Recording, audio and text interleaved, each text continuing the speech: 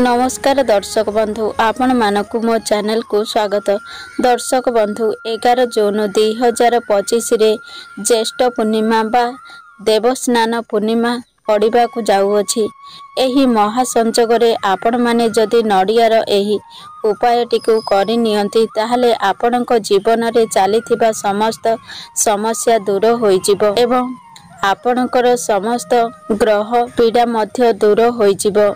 आपणक जीवन रे जदि शत्रु भय लागी रहिछि ताहा मध्य दूर होई जिवो। तेबे दर्शक बंधु आसंतु जानिबा नडियार केउ उपाय करिबा द्वारा जीवन रे सुख समृद्धि आनी थाए। दर्शक बंधु आपणक जीवन रे जदि शत्रु बढ़ी जाइछि प्रत्येक क्षेत्र रे असफलता सृष्टि हेउछि आपणकर उन्नतिर बाट धीरे धीरे बंद होई जाइछि।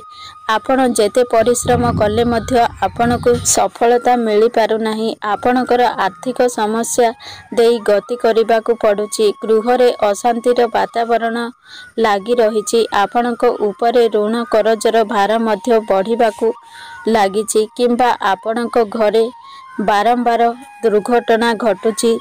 केबे काहाकू आघात लागिबा केबे काहार स्वास्थ्य खराब हेबा एही बड़ी संकट जदि बारंबार आपणक घर ऊपर को आसुछि आपणकू जदि लागुछि आपणक घर ऊपर काहार खराब नजर पड़िछि किंबा कोनोसी कला जादूर प्रयोग करा जाइछि तेबे आपणकू नडियार एही सरल उपायटी को करिबार अछि। नडियार एही उपाय को करिबा द्वारा आपणकू ए सबु समस्या रो मुक्ति मिली जिवो। ए सबु समस्या गुड़िक आपणक जीवन रु दूर होई जिवो। आपणकर शत्रु जेते शक्तिशाली होइथिले मध्य एवं से जेते जहा कले मध्य आपणक ऊपर ताहार कोनोसी भी प्रभाव पड़िबो नाही। आपणकर शत्रु जेते चेष्टा कले मध्य आपणकर कोनोसी भी क्षति करि पारिबो नाही। तेबे आपणकू एही उपायटी सठिक भाबरे करिबार अछि। तेबे गुरुत्वपूर्ण कथा हेउछि आपण उपायटी को भल भाबरे बुझिबा उचित एवं सठिक विधि रे ताकू करिबा उचित तेबे जाई एहा आपण को फल प्रदान करिथाए। तेबे आपण जेतेबेले उपायटी को करिबे मन रे संपूर्ण विश्वास रखी आपण एही उपायटी को करिबे जे निश्चित भाबरे एहा आपण को फल प्रदान करिवो। मन भितरे शंका रखी संदेह रखी एही उपायटी को आपण पालन करिबे नाही कारण आपण जदि संपूर्ण विश्वास न रखंती तेबे एहा आपण को फल प्रदान करिबो नाही। दर्शक बंधु आपण माने जानती विश्वास रे मिलंती हरि तर्के बहु दूर। आमे जदि ईश्वर को भक्ति करिथाउ तो प्रत्येक स्थान रे प्रत्येक क्षेत्र रे आमे ईश्वर को पाइथाउ ईश्वर को देखिथाउ तांकर सत्ता अनुभव करिथाउ। किंतु जेउ व्यक्ति माने ईश्वर को विश्वास करती नहीं श्रद्धा करती नहीं जदि स्वयं ईश्वर तांको सामने रे ठिया होई जाती तेबे से तांको ईश्वर भली प्रत्ययमान हेबे नहीं। आपणकर विश्वास उपरे ही सब किछि आधारित अटे। तेबे दर्शक बंधु एही उपाय पई आपण को जेउ नडिया नेबार अछि आपण माने जानिथिबे किछि नडिया सुखिला होई थाए जेउथिरे पानी नथिबो एवं को बाड़ेबा मात्रे के नडियाटी ता भितरु बाहरी आसी थाए। आपण को सही भली नडिया एही उपाय पई नेबार अछि। संपूर्ण सुखिला नडिया पानी वाला नडिया आपण एहा पई नेई पारिबे नाही। आपण जदि पानी थिबा नडिया नियंती तेबे एहा आपण को कोनोसी फल प्रदान करिबो नाही। आपण को संपूर्ण सुखिला नडिया नेबार अछि। तेबे एही नडियाटी को आपण जेउ दिन चाहिबे सेही दिन करि पारिबे किंतु ज्येष्ठ पूर्णिमा दिन एही उपायटी को करिले बहुत भल होई थाए। एथि पई कोनोसी निर्दिष्ट दिन किंबा बार न थाए। आपण जेउ बार रे चाहिबे सेही बार रे आपण एही उपायटी को करि पारिबे। तेबे आपण को संध्या पूर्वरु एही उपाय को करिबार अछि। संध्या परे एही उपाय को करा जाय न थाए। संध्या पूर्वरु जेकोनोसी समय रे आपण एही उपायटी को करि नेबे। दर्शक बंधु एही उपायटी को करिबा द्वारा आपणक गृह रे वस्तु दोष एवं ग्रह दोष मध्य कटि जाई थाए कारण ଗୃହରେ ଯଦି ବସ୍ତୁ ଦୋଷ ରହିଥାଏ ବା ଗ୍ରହ ଦୋଷ ରହିଥାଏ ତେବେ ଏହା ଦ୍ୱାରା ମଧ୍ୟ ଆପଣଙ୍କର ଉନ୍ନତି ହୋଇପାରି ନଥାଏ। ଘରେ ସର୍ବଦା ଅଶାନ୍ତିର ପରିବେଶ ଲାଗି ରହିଥାଏ। ଯେଉଁ ଗୃହରେ ଗ୍ରହ ଦୋଷ ରହିଥାଏ ବା ବସ୍ତୁ ଦୋଷ ରହିଥାଏ ସେଠାରେ ବ୍ୟକ୍ତି କଦାପି ବି ଉନ୍ନତି କରିପାରି ନଥାଏ। ଆପଣ ଯେତେ ପରିଶ୍ରମ କଲେ ମଧ୍ୟ ଯେତେ ଚେଷ୍ଟା କଲେ ମଧ୍ୟ ଘରେ ଆପଣଙ୍କର ଉନ୍ନତି ହୋଇପାରିବ ନାହିଁ କିମ୍ବା ଗୃହରେ ଶାନ୍ତି ସମୃଦ୍ଧି ମଧ୍ୟ ରହିବ ନାହିଁ। ଏତେ ପଇସା ରୋଜଗାର କଲେ ମଧ୍ୟ ତାହା ଆପଣଙ୍କର କୌଣସି ନା କୌଣସି ବାଟରେ ଖର୍ଚ୍ଚ ହୋଇଯିବ। ଗୃହର ସଦସ୍ୟମାନେ ଅଧିକ ସମୟ ବେମାରରେ ପଡ଼ିବେ। ଗୃହର ସଦସ୍ୟମାନଙ୍କ ମଧ୍ୟରେ ଏକତା ମଧ୍ୟ ରହିବ ନାହିଁ ଏବଂ ସର୍ବଦା ଅଶାନ୍ତିର ପରିବେଶ ଲାଗି ରହିବ। ବାରମ୍ବାର ଘରେ ଦୁର୍ଘଟଣା ମଧ୍ୟ ହୋଇଥାଏ। ତ ଆଜିର ଏହି ଭିଡ଼ିଓରେ ମୁଁ ଆପଣଙ୍କୁ ଯେଉଁ ଉପାୟଟିକୁ କହିବି ତାହା ଆପଣଙ୍କର ଶତ୍ରୁମାନଙ୍କ ଠାରୁ ଆପଣଙ୍କୁ ରକ୍ଷା କରିବା ସହିତ ଏସବୁ ସମସ୍ୟାରୁ ଆପଣଙ୍କୁ ରକ୍ଷା କରିବ। ଆପଣଙ୍କର ଶତ୍ରୁ ଗୁପ୍ତରେ ଥାଉ କିମ୍ବା ଆପଣଙ୍କର ସାମ୍ନାରେ ଥାଉ ଆପଣଙ୍କ ସମ୍ମୁଖରେ ଶକ୍ତିହୀନ ହୋଇଯିବ। ଯେତେ ଚେଷ୍ଟା କଲେ ମଧ୍ୟ ଆପଣଙ୍କର କୌଣସି କ୍ଷତି କରିପାରିବ ନାହିଁ। ତ ଏହି ଉପାୟ ପାଇଁ ଆପଣ ମାର୍କେଟରୁ ଗୋଟିଏ ଶୁଖିଲା ନଡ଼ିଆ ନେଇକି ଆସିବେ। ଆପଣମାନେ ହଲାଇଲେ ଜାଣିପାରିବେ ଯେ ପାଣି ନଡ଼ିଆରେ ଅଛି ନା ନଡ଼ିଆଟି ଶୁଖିଲା ଅଛି। ତ ଆପଣ ଦେଖିକି ଗୋଟିଏ ଶୁଖିଲା ନଡ଼ିଆ ନେଇ ଆସନ୍ତୁ ଏବଂ କିଛି ଚିନି ଗୁଣ୍ଡ ନେଇ ଆସନ୍ତୁ ଯେମିତି ଭଲ ଭାବରେ ଗୁଣ୍ଡ କରାଯାଇଥିବ। ତାପରେ ଆପଣ ନଡ଼ିଆଟିକୁ ବାଡ଼େଇ ତାହାର ଗୋଲାଟିକୁ ବାହାର କରିଦିଅନ୍ତୁ। ଦେଖିବେ ସେହି ଗୋଲାଟି ଯେମିତି ନ ଫାଟେ କିମ୍ବା ନ ଭାଙ୍ଗିଯାଏ।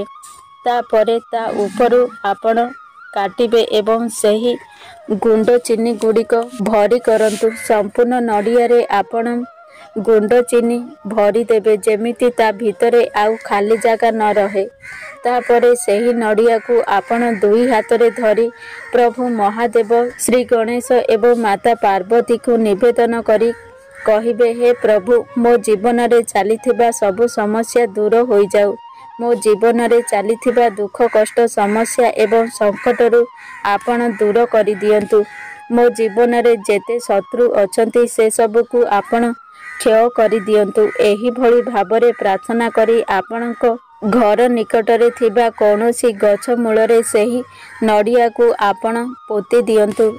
ଏତିକି ମନେ ରଖିବେ, କାଳ ଭୈରବଙ୍କର ରୂପ ହେଉଛି ପ୍ରଭୁ ଶିବ ଶଙ୍କର, ଅର୍ଥାତ୍ ପ୍ରଭୁ ଶିବ ଶଙ୍କରଙ୍କର ଅନ୍ୟ ଗୋଟିଏ ରୂପ ହେଉଛି କାଳ ଭୈରବ ଏବଂ କାଳ ଭୈରବଙ୍କୁ ଦେଖିଲେ ସବୁ ଶତ୍ରୁମାନେ ଥରହର ହୋଇଥାନ୍ତି। ତ ଆପଣ ଯଦି ମହାଦେବଙ୍କ ନିକଟରେ ପ୍ରାର୍ଥନା କରନ୍ତି ନିଶ୍ଚିତ ଭାବରେ ଆପଣଙ୍କର ଯେତେ ସବୁ ଶତ୍ରୁ ଅଛନ୍ତି ସେମାନଙ୍କର ଶକ୍ତି ନିଶ୍ଚିତ ଭାବରେ କ୍ଷୀଣ ହୋଇଯିବ। ସେମାନେ ଆପଣଙ୍କ ବିରୁଦ୍ଧରେ ଯେତେ ଚେଷ୍ଟା କଲେ ମଧ୍ୟ ଆପଣଙ୍କର କିଛି କ୍ଷତି କରିପାରିବେ ନାହିଁ। କାରଣ କାଳର କାଳ ହେଉଛନ୍ତି ମହାକାଳ। ତେବେ ନଡ଼ିଆଟିକୁ ଯେତେବେଳେ ଆପଣ ମାଟିରେ ପୋତିବେ ତେବେ ଧ୍ୟାନ ଦେବେ ଯେଉଁ ପଟୁ ଆପଣ କାଟିଛନ୍ତି ତାହା ଉପର ପଟକୁ ରହିବ, ଅର୍ଥାତ୍ ସେଥିରେ ଯେଉଁ ଚିନି ଆପଣ ରଖିଛନ୍ତି ସେଥିରୁ ଯେମିତି ତଳେ ନ ପଡ଼େ ଏବଂ ସେହି ନଡ଼ିଆଟିକୁ ଭଲ ଭାବରେ ଆପଣ ପୋତିଦେବେ ଯେମିତି ନଡ଼ିଆଟି ବାହାରକୁ ଦେଖା ନଯାଏ।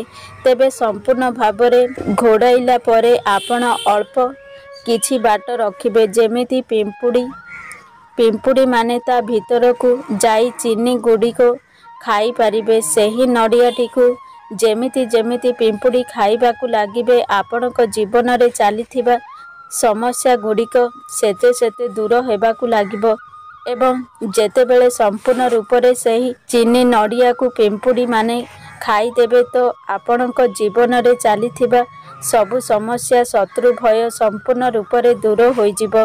ଗୃହର ବସ୍ତୁ ଦୋଷ, ଗ୍ରହ ଦୋଷ ସବୁ କିଛି ଠିକ୍ ହୋଇଯିବ।